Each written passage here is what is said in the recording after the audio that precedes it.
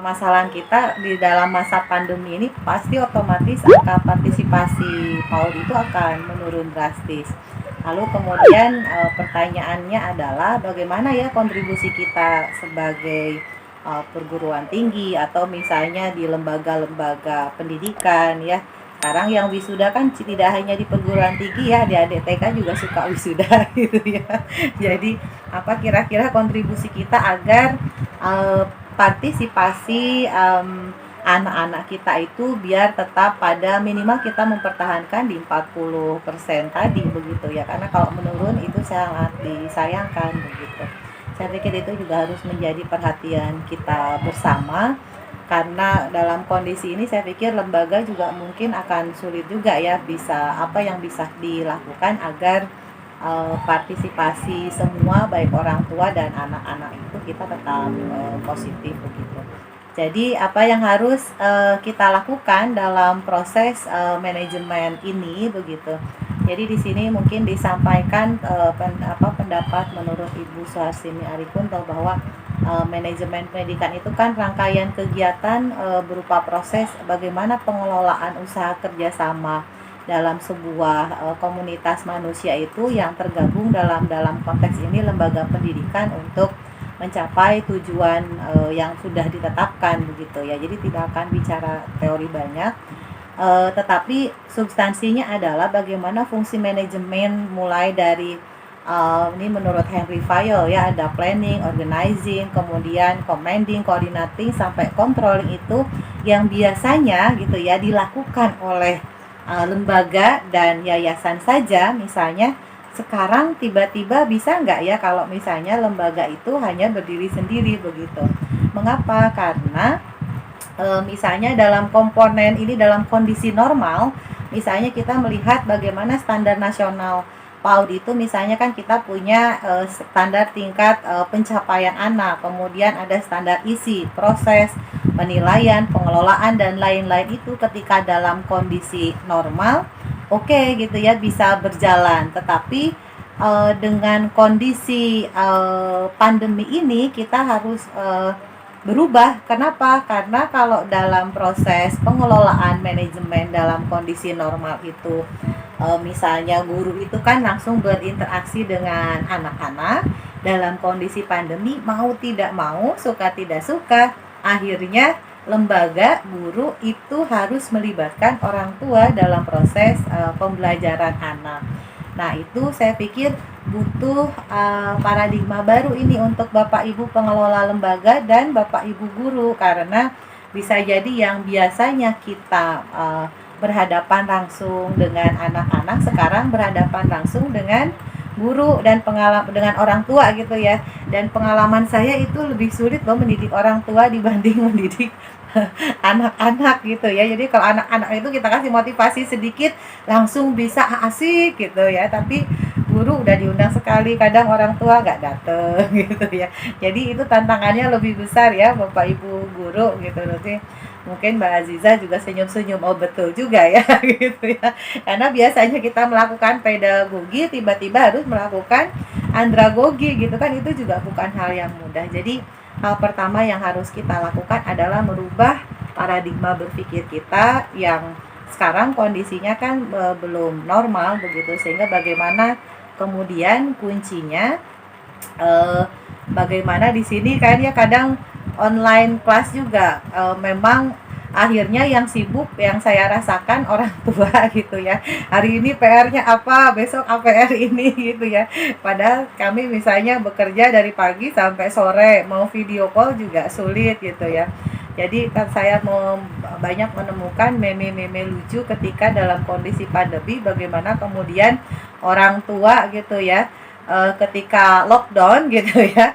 Jadi sekolah mohon maaf Bu gitu ya, kami sekolah lockdown tidak dibuka, silahkan Bapak Ibu bisa mendidik putra-putri di rumah gitu ya. Ini hanya joke aja ya. Jadi ibunya, hah? Mereka di rumah, lalu saya tinggal di mana gitu ya. Kenapa? Karena kan biasanya anak-anak itu mengeluarkan seluruh energi potensi itu di sekolah gitu kan.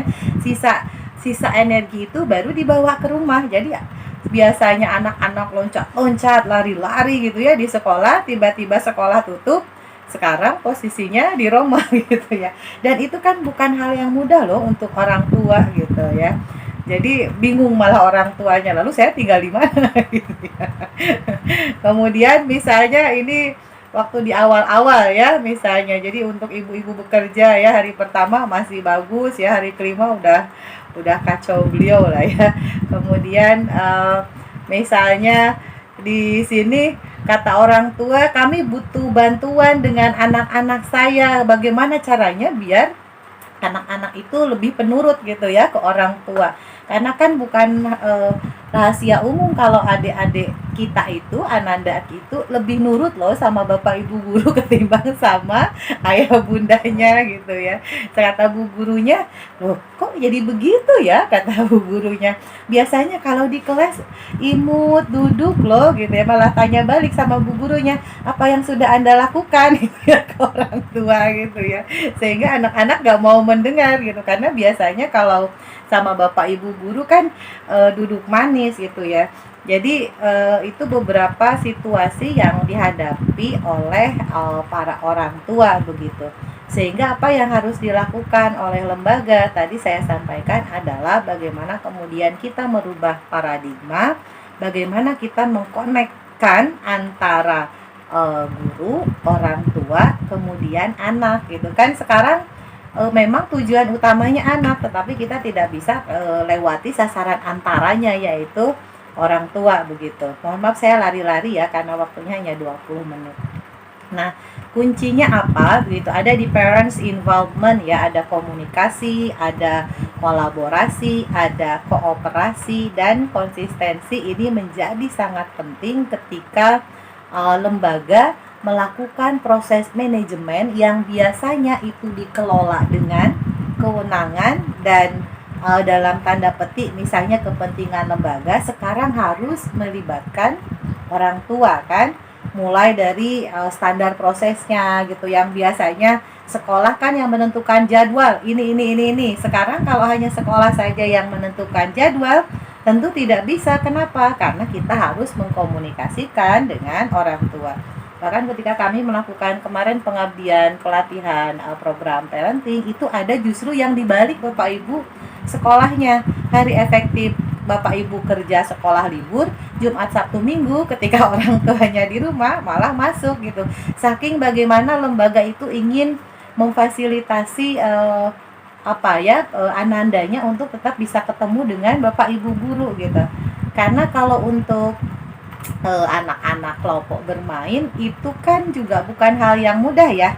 Jadi ketika ditelepon gitu ya, video call satu kelas gitu ya, kalau nggak kenal kan siapa lu gitu ya, tapi harus harus berkali-kali gitu ya. Bisa jadi waktu awal misalnya diliatin dengan bu gurunya. Jadi pengalaman putri saya juga sama gitu, pertama video call itu cuma bertahan berapa menit, yang kedua tambah lagi sampai sudah aware baru gitu ya. Dan itu kan harus melalui proses janjian yang luar biasa dengan kami sebagai orang tua gitu ya.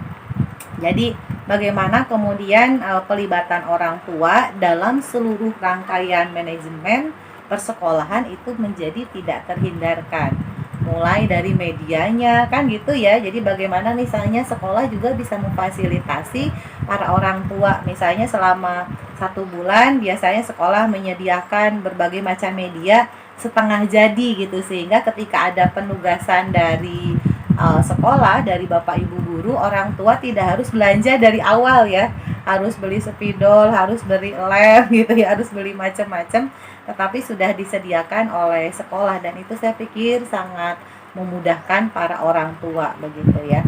Nah, selain melibatkan orang tua, sangat penting juga untuk ayah bunda mengedukasi para orang tua ya. Jadi ada memfasilitasi, ada di TK apa itu ya, yang beliau itu justru memberikan fasilitas parenting itu ke orang tua sebulan sekali gitu, bahkan 2 pekan sekali kalau tidak salah. Karena orang tua itu butuh dukungan luar biasa ya. Walaupun jadi orang itu kepastian, tapi tidak ada sekolah orang tua ya. Ini teman-teman yang dari PIAUD ini beruntung, karena ketika dapat bonus begitu tidak hanya untuk kerja, tapi kalau punya anak kan insya Allah sudah siap ya. Jadi nanti sama calonnya bisa dilihatin ijazahnya, ini saya udah punya ijazah siap mendidik anak ya. Buat calonnya ini A semua gitu ya gitu. Kemudian bagaimana kemudian, nah ini juga yang penting Bapak Ibu, bagaimana kemudian kita mengidentifikasi kondisi para orang tua dalam menentukan tadi ya, mulai dari standar kurikulumnya, karena misalnya kurikulumnya kan juga tidak mungkin pencapaiannya bisa beda antara di sekolah dengan di rumah begitu. Jangan-jangan kita menyelenggarakan online, bapak ibunya nggak punya HP kan gitu ya, atau kebalikannya punya HP tapi nggak ada sinyal, kan sama aja gitu ya. Jadi bisa jadi harus home visit nih, home visit pun kemarin harus kita survei dulu apakah orang tua setuju melakukan home visit kan gitu ya, dibuat Google Drive gitu ya. Ternyata berapa persen setuju, yang lain nggak setuju.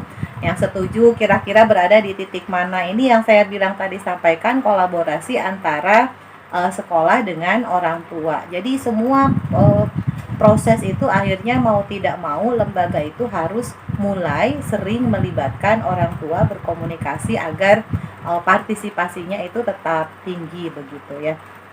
Nah, tidak hanya pada waktu proses pembelajaran, tadi media juga gitu ya. Bahkan kalau ayah bapak ibu juga sebenarnya bisa mengidentifikasi ya kesulitan para orang tua mengkondisikan anak-anak di rumah. Kalau bapak ibu guru kan sudah biasa ya, siapa suka hati duduk rapi, duduk gitu kan. Tapi kalau tidak tahu ilmunya kan, duduk rah gitu ya, dipelototin. Nanti kalau guru begitu Pak mabur semua ya anak-anaknya gitu ya. Tapi kan orang tua tidak memiliki pendidikan maupun kompetensi yang belajar khusus tentang itu gitu. Makanya tadi banyak kasus-kasus orang tua yang merasa tertekan gitu. Aduh, ini saya gimana cara mengkondisikan anak-anak gitu ya. Jadi waktu anak-anak, jadi sampai sekarang pun misalnya saya juga di rumah sama ya, di rumah itu nggak bisa rapi ya, biarin lah gitu ya, memang prosesnya harus dilalui seperti itu gitu ya. Jadi ini yang harus difasilitasi juga tadi saya sampaikan ya, bagaimana kemudian kita bisa memberdayakan para orang tua melalui pendampingan. Jadi layanannya sekarang harus ada layanan plus ya, pijat aja ada layanan plus, jadi PAUD juga ada layanan plus gitu ya. Jadi apa misalnya ya, pendampingan untuk para orang tuanya gitu ya, harus ready 24 jam ini bapak ibu guru ya, karena bisa jadi kalau sama tadi ya, sama bapak ibu guru bisa duduk manis, tiba-tiba misalnya malah kalau di rumah sulit dikondisikan. Kemudian ada bimbingan, kemudian dukungan ke bapak ibu ayah bunda di rumah, sehingga ayah bunda juga merasa terbantu dengan kehadiran bapak ibu guru maupun lembaga. Jadi jangan justru kebalikan gitu ya, tiap hari diteror, hari ini tugasnya anak adalah ini, dikejar-kejar terus tugasnya gitu ya. Bisa jadi malah aduh ini belum dikerjain, disuruh ngerjain tugas, anaknya juga mau, aku nggak mau mah, aku nggak mau gitu ya. Jadi bagaimana kemudian kita juga bisa berkomunikasi dengan orang tua itu dengan positif begitu ya. Nah, ini konteks pemberdayaan dan pendampingan tadi sebenarnya Pak, satu untuk meningkatkan self-efficacy orang tua gitu. Jadi biar dia punya rasa kepercayaan diri juga bahwa dia mampu untuk mendidik anak-anaknya. Dia punya kompetensi untuk bisa seperti itu secara alamiah, secara naluriah. Plus karena tadi ada parenting, dia ditambahkan diberikan knowledge gitu. Jadi ditingkatkan. Dan biasanya kan kalau perbedaannya antara ketika kita mendidik anak-anak, proses empowerment orang tua itu kan sebenarnya bagaimana kita mengedukasi ya, bapak ibu mengedukasi orang tua yang tadi ini, 3 ini, bagaimana knowledge-nya bisa meningkat, kompetensinya juga bisa meningkat, sehingga bapak ayah bunda di rumah itu punya self efficacy yang lebih bisa menyentuh bahwa dia bisa lebih, ternyata saya juga bisa ya mendidik anak-anak seperti bapak ibu guru di sekolah gitu ya. Tentu saja dengan bantuan dan fasilitasi dari lembaga sekolah yang mensupport agar punya kemampuan ini begitu.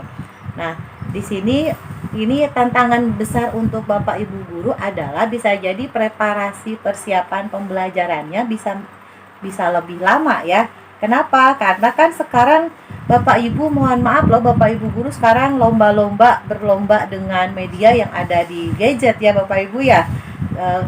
Berlomba dengan Nusa dan Rara. Coba Bapak Ibu harus kalau ngajar, misalnya mengajar datar, apa kabar anak-anak, sehat ya Ibu guru gitu, anaknya udah kabur. Tapi kan Bapak Ibu guru harus lebih interaktif gitu, tiba-tiba harus jadi artis ya. Saya juga kemarin tiba-tiba jadi YouTuber loh Bapak Ibu, waktu pandemi, buat channel Rumah Parenting Indonesia untuk memudahkan mahasiswa saya mengakses materi perkuliahan gitu. Dan ternyata nggak mudah Bu jadi artis ya. Untuk konsisten kita mengeluarkan materi itu ternyata luar biasa begitu. Jadi kita butuh preparasi lebih banyak ketika kita membuat materi pembelajaran. Kalau kita persiapannya seadanya, ya sulit begitu, karena anak-anak tidak akan menarik, langsung lari gitu ya. Jadi kita harus latihan senyum, medianya menarik. Jadi ketika nelpon, Bu guru punya mainan loh gitu ya. Bagaimana biar anak-anak itu tertarik. Makanya tadi saya sampaikan kita berlomba dengan Nusa dan Rara gitu ya, dengan Baby Bus gitu ya. Jadi biar anak-anak itu tertarik dengan kita sebagai Bapak Ibu guru yang membawa message langsung ke anak. Tapi kan sisanya ya lewat orang tua begitu ya. Nah, ini tadi yang terkait collaboration ya, bagaimana kemudian sebenarnya kolaborasi ini kita membangun konsensus antara orang tua dengan lembaga agar tujuan pembelajaran itu bisa tercapai. Saya pikir ketika orang tua punya komitmen untuk tidak cuti, itu harus diopeni betul ya oleh Bapak Ibu guru begitu. Karena kalau misalnya tetap tidak cuti, tetapi kemudian Bapak Ibu guru masih paradigmanya misalnya lama ya, misalnya komunikasinya juga tidak ditingkatkan, medianya juga ya biasa-biasa aja, padahal sekarang komunikasi itu bisa banyak ya Bapak Ibu gitu. Bisa ini kan dengan penggunaan teknologi ya, bisa lewat video yang tadi saya sampaikan, tiba-tiba kita harus jadi YouTuber gitu ya, karena menyampaikan materi atau bikin podcast atau bikin macam-macam email gitu. Jadi sekarang komunikasinya bisa beragam. Nah, ini juga ini yang tadi saya sampaikan, jangan sampai justru kita itu malah menambah beban orang tua karena dikejar-kejar PR misalnya. Kenapa? Karena begini Bapak Ibu, pembelajaran formal dan informal gitu itu kan berbeda gitu. Ketika Ananda berada di sekolah misalnya, kita kan lebih orientasinya guru. Sekarang pembelajarannya di rumah, mau tidak mau nanti kita fokusnya itu adalah tadi saya sampaikan, kita orientasinya kepada orang tua, orientasinya kepada anak-anak. Jadi kita tidak bisa memaksakan paradigma sekolah formal itu dibawa di sekolah dengan RPPH yang harus dilakukan oleh orang tua gitu kan. Orang tua bisa stres Bapak Ibu, masa di rumah ada RPPH misalnya gitu ya. Sehingga itu juga jadi tantangan kita. Kemudian interaksinya juga begitu ya, harus secara interpersonal. Kemudian lokasinya ini kebetulan memang saya S1 sampai S3 tentang PLS, tetapi tesis saya tentang, karena zaman dulu tidak ada ya khusus S3 PAUD, sampai sekarang juga belum ada ya. Di kami pun baru ada S3 PAUD itu konsentrasi, jadi belum ada yang khusus begitu. Disertasi saya juga tentang pelatihan kreatif kritis guru-guru SPS begitu ya, sehingga memang sebenarnya dalam kondisi early childhood education, baik dalam normal maupun new normal, lebih pendekatannya itu bukan ke formal, dalam proses pembelajarannya itu harus non formal dan informal learning begitu, sehingga kita harus merubah paradigma bahwa kondisinya berbeda sekali antara rumah dengan sekolah. Matur nuwun. Assalamualaikum warahmatullahi wabarakatuh.